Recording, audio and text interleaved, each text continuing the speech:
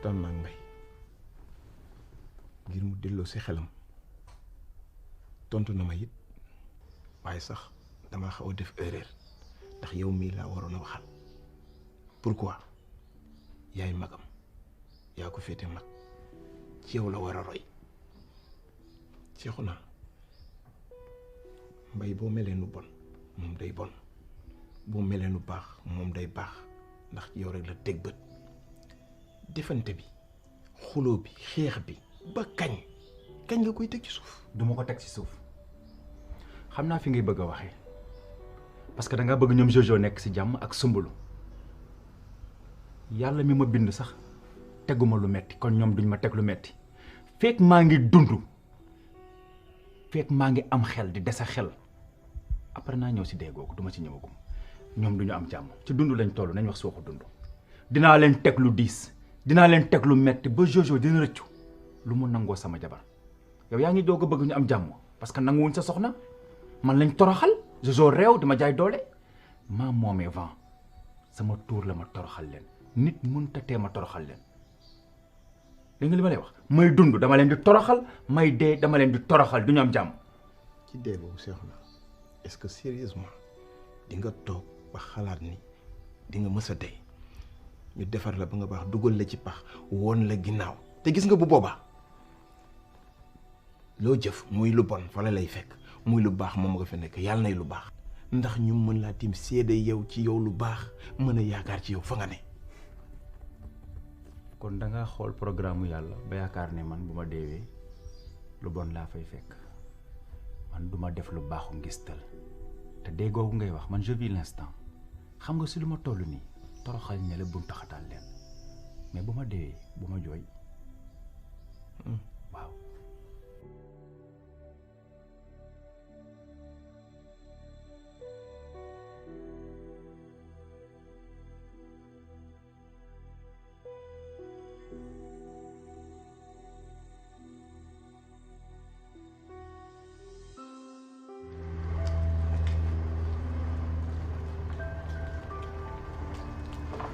dof bi de tooñul kenn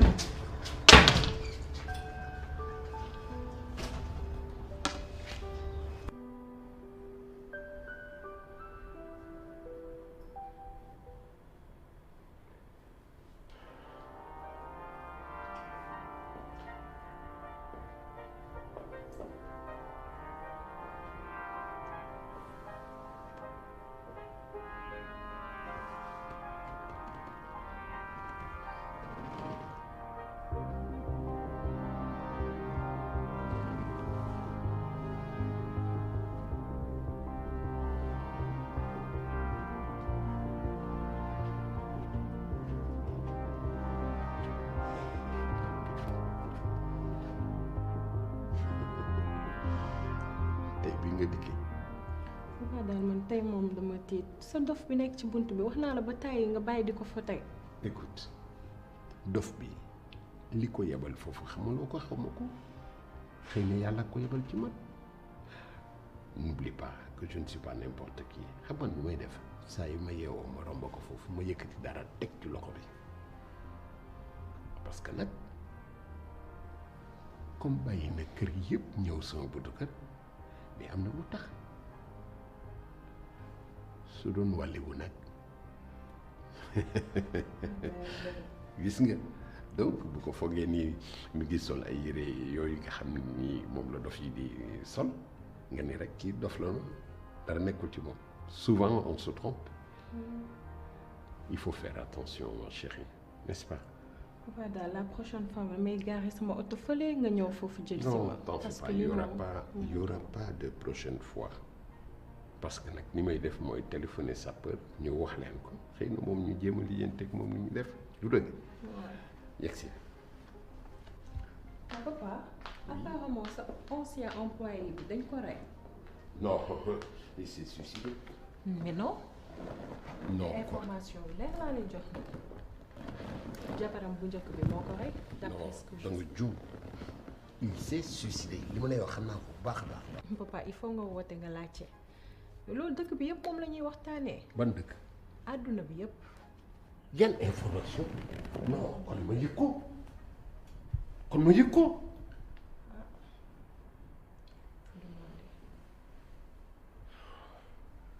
Non, non, non, il n'a pas. Non, j'ai des preuves tangibles que dafa xaru. Allez, fais-moi du café là. Papa toogal. Non, fais-moi du café. Je t'en prie.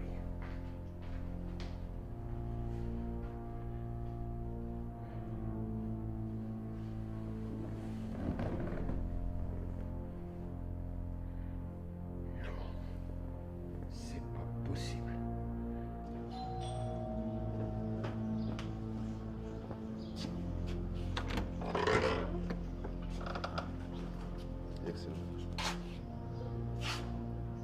sa papa nee na jarul may dem tribunal ma bëggoon a xam lan la.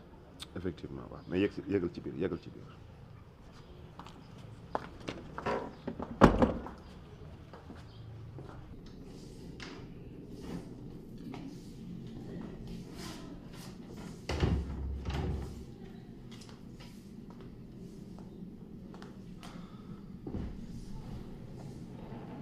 Mais effectivement jugement bi tey la huis clos la moom la juge yi ak avocat yi waaye soxla foo sax sa présence amaana ndax nañ sant yàlla am nañu avocat bu baax te am naa ci moom yaakaar muy yow muy abi muy sama papa Guèye moom xalaatuma sax mu teew tribunal même bu fekkul woon du huis clos sax bëgguma mu ñëw ndax tension kenn xamul li leen war mooy yaay ndeyam nga jàpp ba set julli ñaari rakka nga ñaanal ko sunu borom mu génn ko ci lii te yaay booy yóbbante na ma nee na ma waxal sama yaay mu ñaanal ma waxal sama yaay mu baal ma àq ndax jamono yu ma joteek sama yaay rek tolof tolof daal sama kaw kon defe naa ne leer na wóor na ni yow yaay gàllaaju Soumboulou ñaanal ko bu baax yàlla baax na man dinaa dem tribunal lu ci am dinaa leen wax.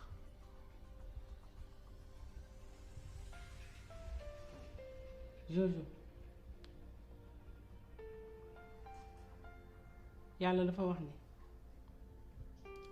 ridallaahi fii ridal waalidayni ngërëmal yàlla mi ngi ci ngërëmal ñaari waajur bu la sa ñaari waajur gërëmee rek yàlla suñu borom da lay gërëm sama doom ji nag amee lu ma àq wax naa ko ba tàyyi man ndeyam laa mën naa ko dékku lépp nee naa ko jéggal naa la ci xol bu sedd guy waaye fee ma fekk sama doom ji mooy lu ma naqari lool ci sama xol bi te mënuma ci dara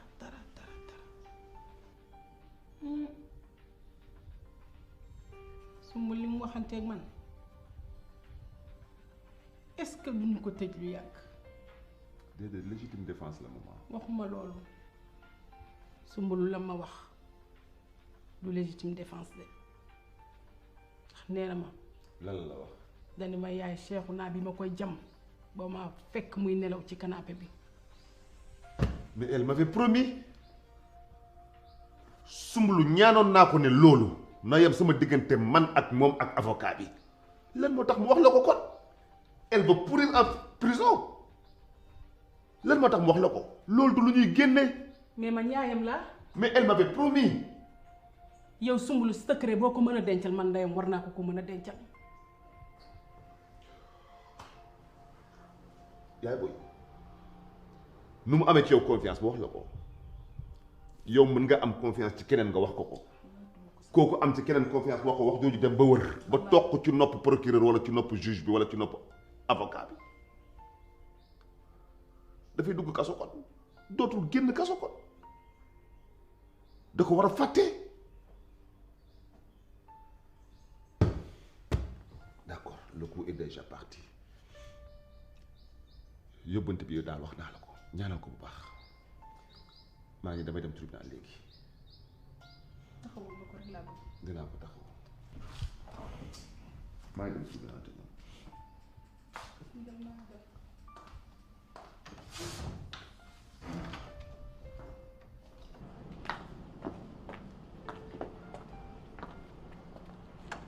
merci beaucoup.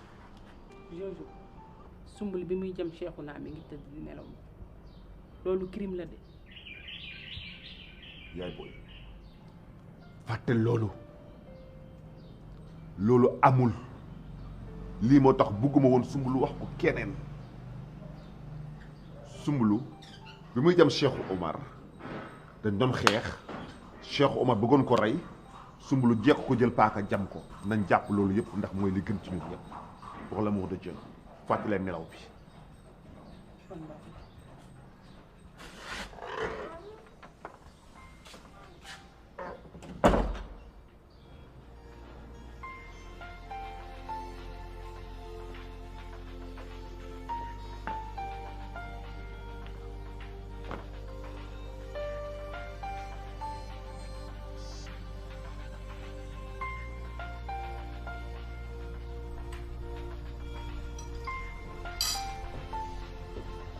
Salaamaaleykum.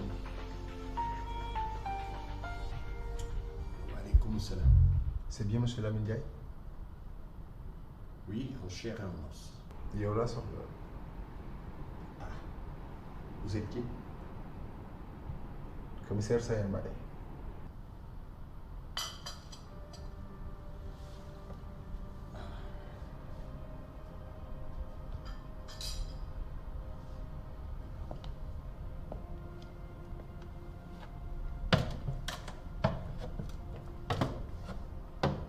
En quoi puis-je vous être utile? Lamine Ndiaye le type Rome. C'est vous le commissaire Sayer Mbaye. D'accord. Vous êtes au courant que Cheikh Omar dañ ko rey. Oui.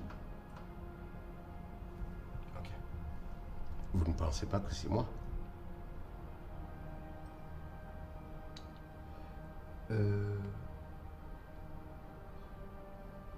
Pour ñu concis et précis.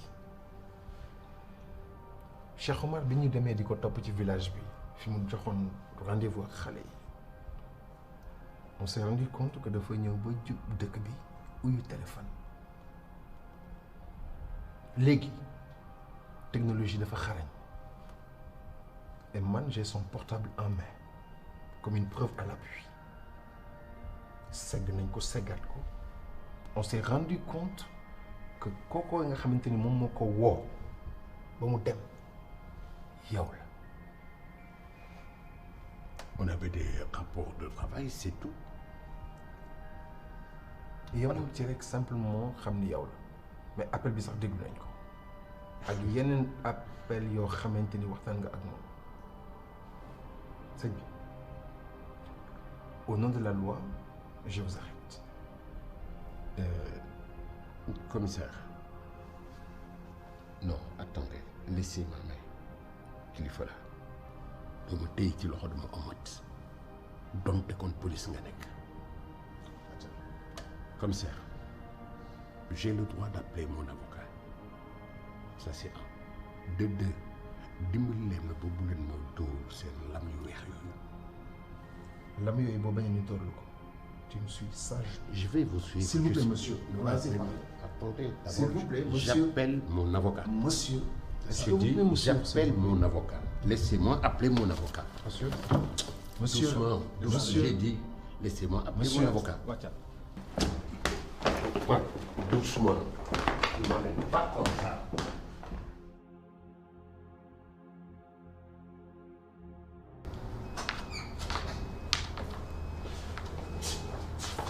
Inspecteur.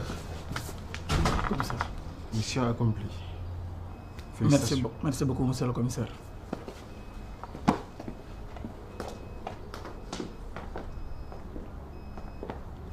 Alors bon, c'était toi alors.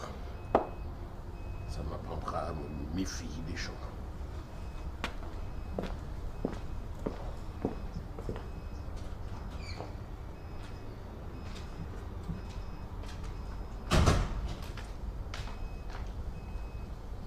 looy daw dof bi tooñul kenn waaye dof na ba jàpp ko tooñ yoon. D'accord. Merci beaucoup, monsieur le greffier. Monsieur le procureur, vous avez la parole. Merci, Président. C'était tout simplement pour expliquer le pourquoi audience bi ñu def ko à huis clos. Vous savez suñu prévenu bi nit ku bari coow la même bi mu nekkee à liberté ñuy bañ benn dérapage. Bon alors on s'est concerté te la loi aussi nous le permet ñu def audience bi à huis clos. Président, merci beaucoup. Maintenant, monsieur le greffier, pouvez-vous faire entrer l'accusé, s'il vous plaît? Madame Soumboulou Bathily.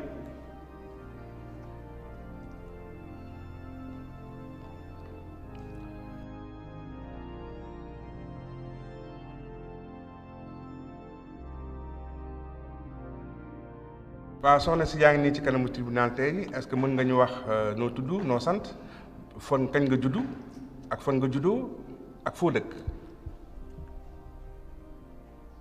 maa ngi tudd Soumboulou Bathily maa ngi dëkk Jaxaw Kanda poste courant am naa jëkkër am naa benn doom. ndax xam nga tey jii li la indi ci tribunal bi en tout cas ñu ngi lay jiiñ nii yaa ngi da ngaa boom nit ndax nangu nga loolu. nangu naa ko. nangu nga loolu comme nangu nga loolu kon dañ lay bàyyi nga dem toogaat tribunal bi dina ñëwaat ci kanam dina lañ la woowaat dama nga demaat toog.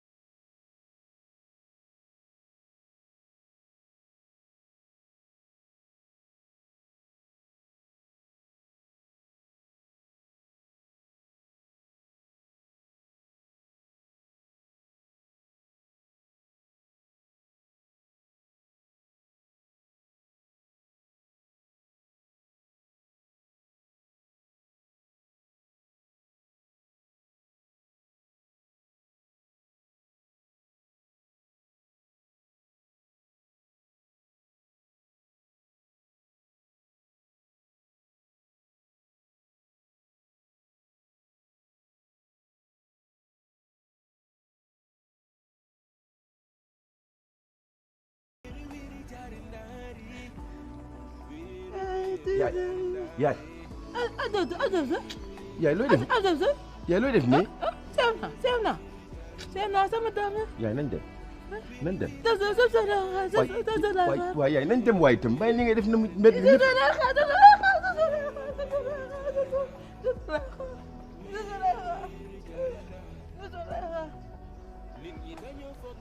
Jojo xanaa war ngaa mën a génn nag kaay xool sa yaay ni nga ko def yow exemple nga yow soo doon exemple di nga toog sa kër gi ah Soumboulou rey sama mag lii su la jigéen ma xam ne mbër nga kaay génn nga xool sa ndey kaay nga génn xool sa yaay dafa dof tëdd ci mbedd mi nga tabax sa kër ba mu jekk toog ci loolu du ndam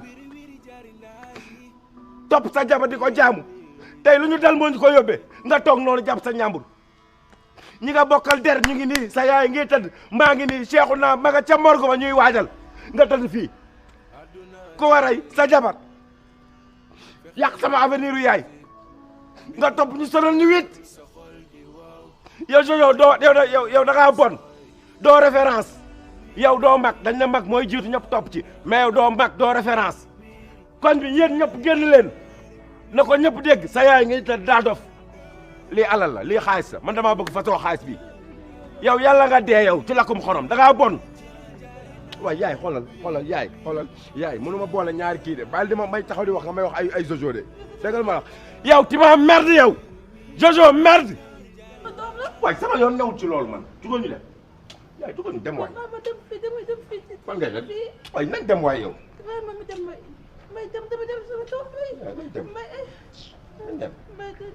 dañoo baax. Merci beaucoup, Monsieur le Président, Monsieur le Procureur. À la lecture du du dossier sans risque de se tromper, Monsieur le Président. ñëpp nangu nan ni li mu wax l'aveu est la reine des preuves. Soumboulou Bathily moo rey Cheikh Oumar Fall loolu moom ba ci rapport d'autopsie bi ñu jot ci docteur wone na ni daf ko jam paaka daf ko butti. Mais Monsieur le Président, je voudrais profiter de l'occasion pour poser 3 petites questions à Madame Soumboulou Bathily. Allez-y, maître, je vous en prie. Soumboulou Bathily, nu nga ni yaa rey Cheikh Oumar Fall. nangu naa ko. dama bëggoon ñu ñëwaat ci circonstances yi nga ko rey. Fan nga ko rey? Ci mbedd mi da ngeen a daje da ngeen a bokk oto nan nga ko rey ak foo ko rey? sama kër la ñëw. Fan ci sa kër? ci sama salon chambre à coucher. sa néegu biir kan moo ko fekkee? man ak moom kese ak yàlla.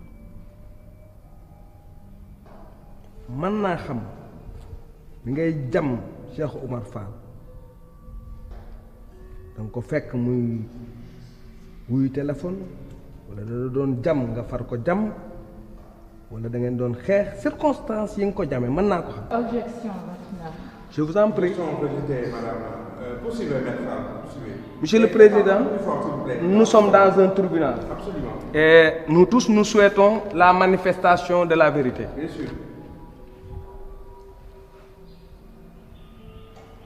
bi nga koy jam bi nga koy rey dama bëggoon a xam lu mu doon def da doon xeex ak yow nga jam ko wala da nga ko fekk muy dox nga jam ko ci digg ginnaaw wala ci kanam lan la doon def bi nga koy jam?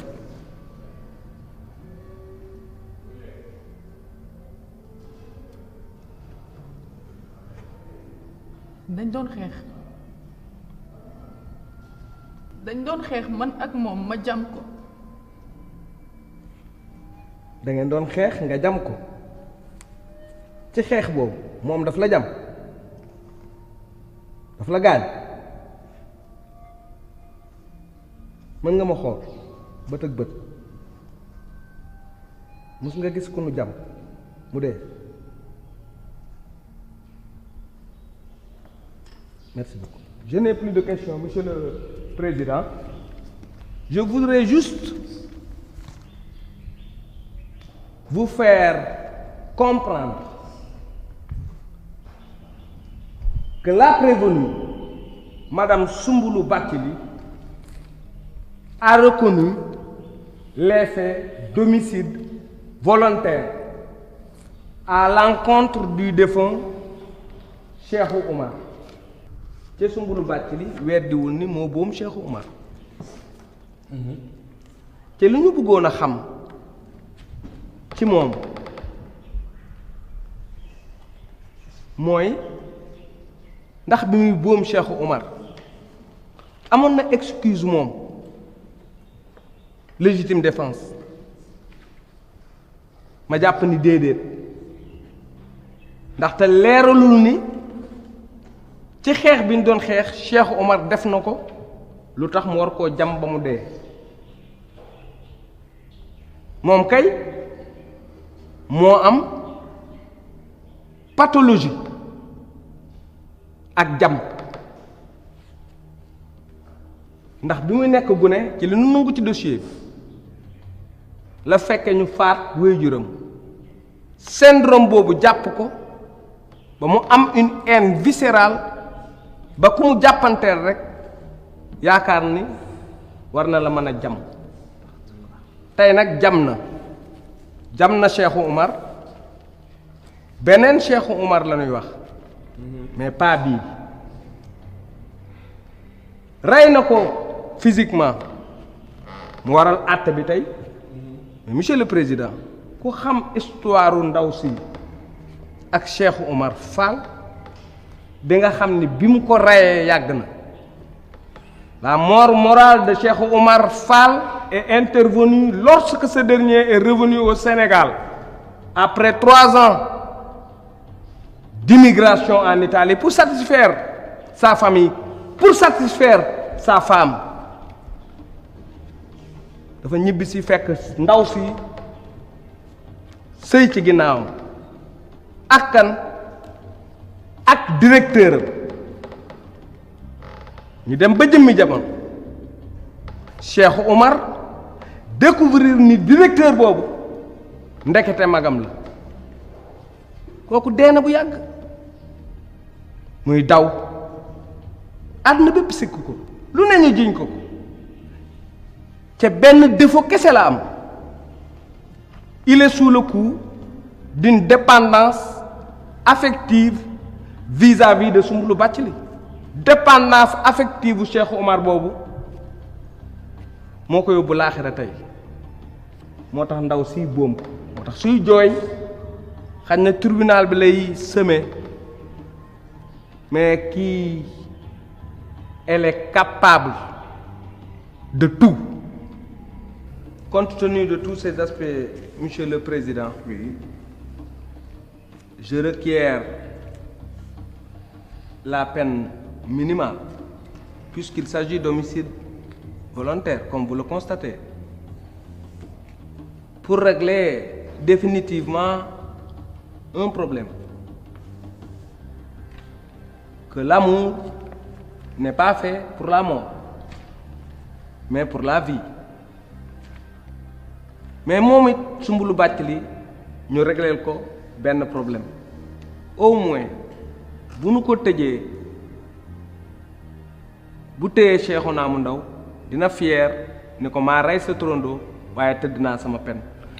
Je voudrais que l'on applique aux prévenus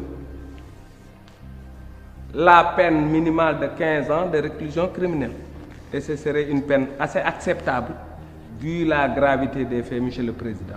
Merci beaucoup, Maître Fall.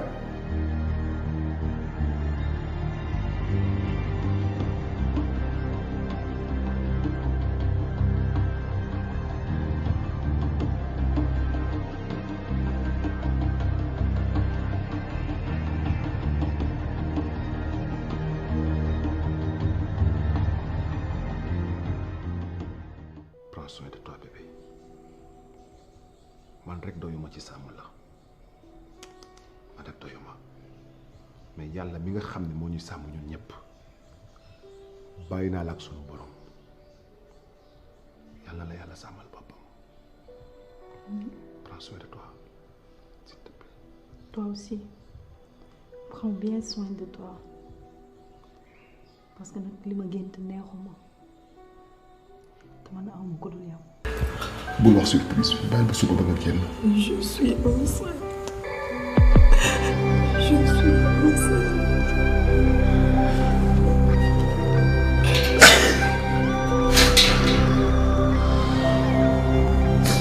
Bébé, tu es enceinte. Maître Lalla, vous avez la parole en tant qu'avocat défenseur de Madame Ndiaye, née Soumboulou Bathily, ici présente. Merci, vous avez la monsieur parole. le juge. Je vous en prie, Merci. madame. Allez-y. Bonjour, monsieur le juge. Bonjour. Bonjour les membres du jury. Bon, tout d'abord, monsieur le juge, je crois qu'on se connaît. Absolument. Ça fait longtemps que j'exerce dans ce métier. Absolument. Voilà, te xam nga li ma capable. Bien sûr. Bon, balaa ma wax ak sama cliente, je vais m'adresser à Maître Fall.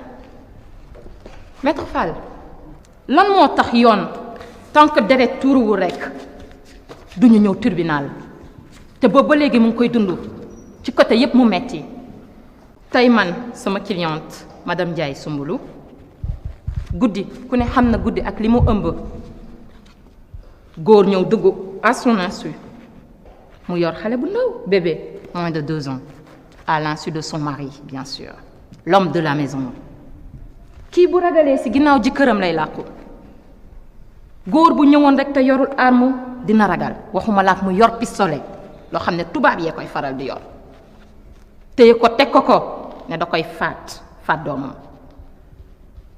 tey nga yéene ko ñu tëj ko fukki at ak juróom est-ce que xam nga li ci ginnaaw li jiitu maa ngi dégg ci sa ay wax nga naan ay waaw jëkkëram xawma lan jigéen bu sañoon day toog ci sëyam sëy ko ba mu neex waaye góor bu la téye ne la boo bàyyee sa bopp ci kër gi yaa fa bàyyi sa bopp kooku da ngay dem leneen li am nag monsieur le juge mooy tungu ne du teew ñu naataane muy sama cliente Soumboulou Bathily madame Ndiaye moom laa bëgg mu taxaw fii mu wax li mu dund ci guddi gi nan la mel ci moom en tant que personne man romb naa sax en tant que femme mais en tant que personne monsieur le juge. C'est vrai que déglu woon nañ ko ci enquête préliminaire bi ak tout à l'heure ak interrogatoire yi mais c'est toujours bon que mu répété wu. pour que j'ai envie de lui poser mes propres questions. Absolument, accordé. Voilà, merci beaucoup.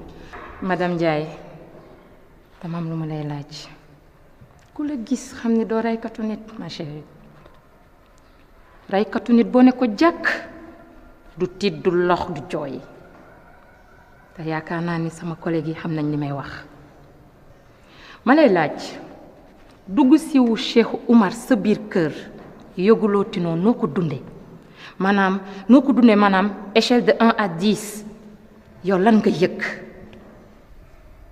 dama toogoon di xaar sama jëkkër comme moom amul habitude di guddee ma toog ba 21h gisuma ko ma koy woo téléphone mënuma ko jot bi ñu sonné ci buntu kër gi dama foog ne moom la ma daw bi ma tijjee buntu kër gi ma jàkkaarloo ko ak Cheikh Oumar mu yor arme non seulement tiit naa ci dama yaakaar ne dafa dee rawatina mu yor arme ci laa xamatul fan laa nekk bi ma yeewoo mi ngi yor sama doom tiim ma yor arme ma yuuxu mu xamal ne ma même bu ma yuuxoo duma am ku ma dimbali ndax sama jëkkër mi ngi police te effectivement sama jëkkër mi ngi woon police mu jiital ma man ak sama doom yéegal ma ci escalier yi ba sama biir chambre xamal ne ma lépp lu ma doon def ak président kii moo war a jooy wala njabootu Cheikhouna ñoo war a jooy kii moo war a triste wala njabootu Cheikhouna ñoo war a triste. man mii maa war a jooy man nga xamante ne maa ko rey man maa jël paaka fekk ko muy sama loxo. Le mot est lâché, président. Le mot est lâché. La séance est suspendue.